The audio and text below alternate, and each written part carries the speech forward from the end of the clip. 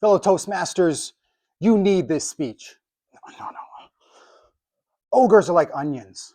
Onions, ogres, they both have layers. Does anybody like balloons? Starting a speech is challenging. And what makes it even most challenging is no two audiences are the same. For example, you wouldn't speak to elementary school students the same way you speak to adults at a senior center, but yet at the end of the day, your goal is almost identical. You're just trying to get their attention. Fellow Toastmasters, I don't know if anyone has presented from the Better Speaker series here as part of this group. This is part of the project and pathways. It's an opportunity to share skills with fellow Toastmasters. And in this speech, I'm going to teach and go over some skills and how we can begin our speech. This is a presentation that was designed by Toastmasters. I myself have gone in there, tried to create some original content with it, try to mix it up so it's a little more, has some more David feel to it. This is what's recommended for a criteria for a successful opening. There's nothing crazy here. Getting the attention of the audience. All the tips and tricks we're going to go over today will hopefully accomplish that. Establish rapport. Rapport is all about building a relationship. So this can be as simple as just making eye contact with someone, letting them know that, hey, I'm not a robot. There's a presentation up here, but we're not reading words off a slide. We're having a conversation. And take less than 10% of the entire speech. Most speeches in Toastmasters are between 5 to 7 minutes. If you're not great with math, 10% of that is roughly 30 to 45 seconds. You have 30 to 45 seconds to get someone's attention so they hopefully look up. Because I'm sure we've all been in a situation where someone's giving a presentation and you look across the room and there's at least one person with their hand in their lap looking at their phone. It's really difficult to get attention. So let's dive into some tips we can recommend. One of our opening techniques is make a startling statement. For example, according to the National Oceanic and Atmospheric Administration, a single-use plastic bottle takes around 450 years to decompose.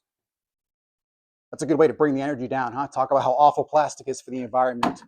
But the goal of a startling statement is to get someone's attention. It can be particularly effective when you're using a statistic of some kind, something that relates to what we're talking about at hand.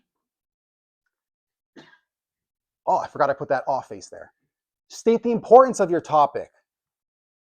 Bill did this. This guy right here, we know him. I don't know who was here and who was not here for a recent speech of his. This was in late January, early February, where Bill presented information when he met with a nutritionist. And he started his speech. I'm going to paraphrase a little bit, so I apologize if I'm misspeaking, Bill. But Bill started his speech by saying, this speech will save your life, or meeting with a nutritionist will save your life.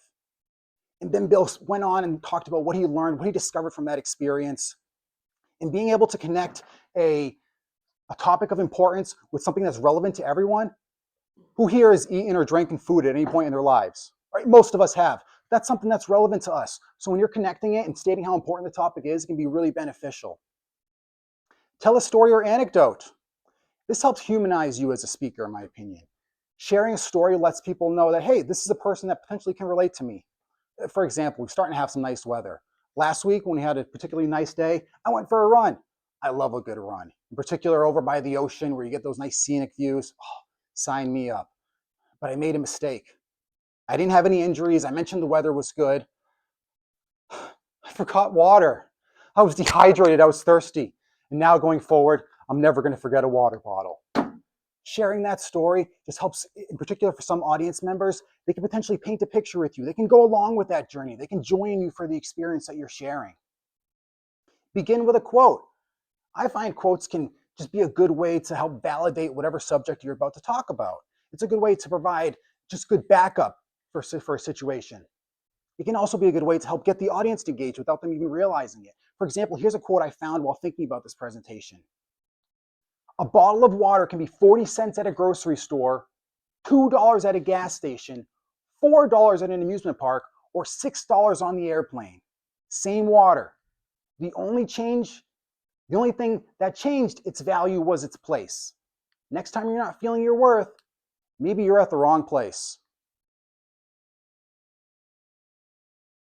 I love using quotes as an opportunity as well to take yourself up the hot seat as a speaker. When you're speaking, everyone's looking at you, they're trying to figure out what you're talking about. When you give a quote that allows people to think and you give a good pause at the end, let it sit there for 4 or 5 seconds, this is going to allow people to think to themselves, how do I feel about this quote? Do I agree? Do I disagree? What is the quote even saying? What does it mean to me? Using quotes can be an effective tool to help back up. And if, for example, with this speech, maybe you go on and validate what the quote is actually talking about. Arouse suspense or curiosity. She's not here today, but I wanted to use her as an example. Astrid, in her most recent speech, some of you were probably here for that. She didn't use this technique to start off her speech, but she used the technique during her speech. She offered a dramatic pause.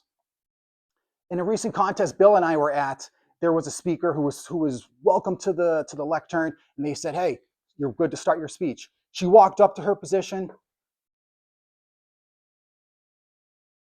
She didn't say a thing. In the public speaking world, that silence felt like 5 minutes. In reality, it was probably closer to 25 seconds. And then she began to speak. But in that moment, in those 25 seconds of silence, I couldn't help but think to myself, did she forget her speech? Does she know she's supposed to talk?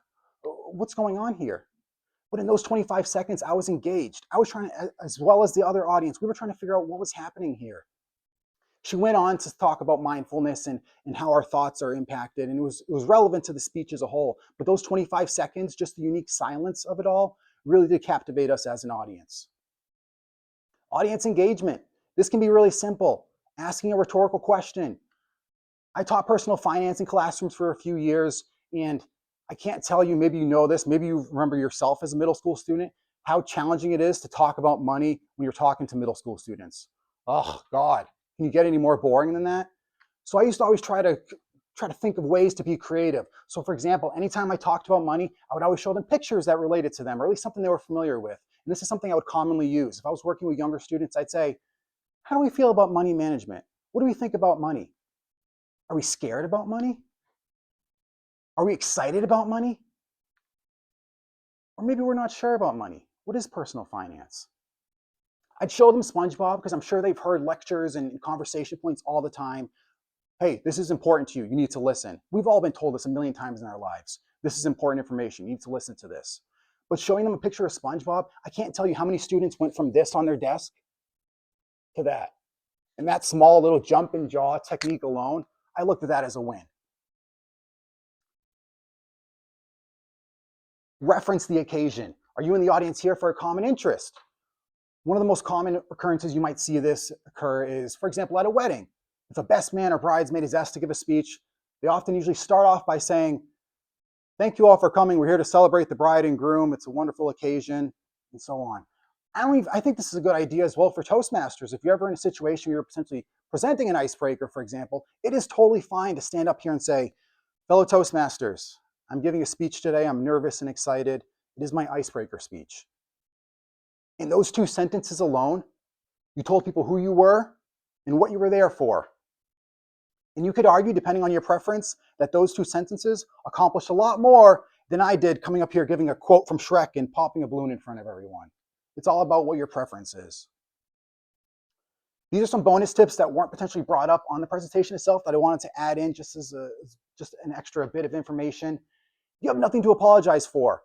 One thing I see a lot in speakers is if they don't feel confident or comfortable in their positioning, they'll come up here and they'll apologize right off the bat. "Oh, I didn't practice as much as I wanted to. I apologize if this isn't good." Or if they go after someone who potentially did do well, they come up here and say, "That's going to be hard to follow. I don't think how am I supposed to keep up to that standard?" The audience doesn't necessarily know who you are. And truthfully, there's a pretty good chance the audience wants you to succeed. They want you to be an engaging speaker. But by coming up here, in particular, if you don't know the audience that well, if you say, "I'm sorry, this might not be that great," you're giving the audience these expectations that what you have to say may not be as valuable as you think. And I'm here to say that I don't care if you've given a million speeches or today's your first one, what you have to say up here is valuable. You can bring value to a room full of strangers you barely know. Present to your comfort level. We went over 8 or 9 different techniques today. Not all of them are going to resonate with you, and that's okay. But it's all about experimenting, see what does fit. If you are someone who tries to be engaging, give that a shot. If some of these are a little more intimidating, I always recommend the quote as a good option to start with if you're not familiar with some of the other ones. Because a quote, you can find a quote about a million different topics. So just starting off with a quote and making sure that you share it with the correct person is a good way to help, again, validate what it is you're about to talk about. And every audience member is different. We don't know how you're going to be perceived in the audience. For example, in that recent contest that I just spoke about where Bill and I, Overall, I'm not trying to toot my own horn. People said, hey, you did a really good job giving that evaluation. That was a great job. I got one piece of feedback that stuck with me for a little bit, and it did eat at me. Because a woman came up to me and said, you did a really good job, but you told a joke at the beginning. I don't think that added any value, and I wouldn't do that in the future. I try to incorporate humor in all of my speeches and all my presentations because I think it helps make me an engaging speaker. So in that moment, I didn't say this to her, but I thought back to it because it did eat at me. And I thought to myself, no, I think adding humor, even in an evaluation, because when you're giving an evaluation in this example, you're meant to be engaging. An evaluation itself is a speech. So if I can incorporate one joke that takes 20 to 25 seconds that helps get the audience a little smile on their face and they can pay attention, I'm going to do that 9 times out of 9. I don't know why I said 9 times out of 9. I meant to say 10 times out of 10. You know what I mean. Fellow Toastmasters, a dynamic beginning is essential for a successful speech. We spoke on different topics or different recommendations today. No two audiences are the same. I encourage you all to try a technique if you have not already. Try something we talked about today, or try something that's a little unique, maybe something that's a little off the wall. Because again, the reality is we don't know how someone's going to respond, but I encourage you all to take that chance. Thank you very much.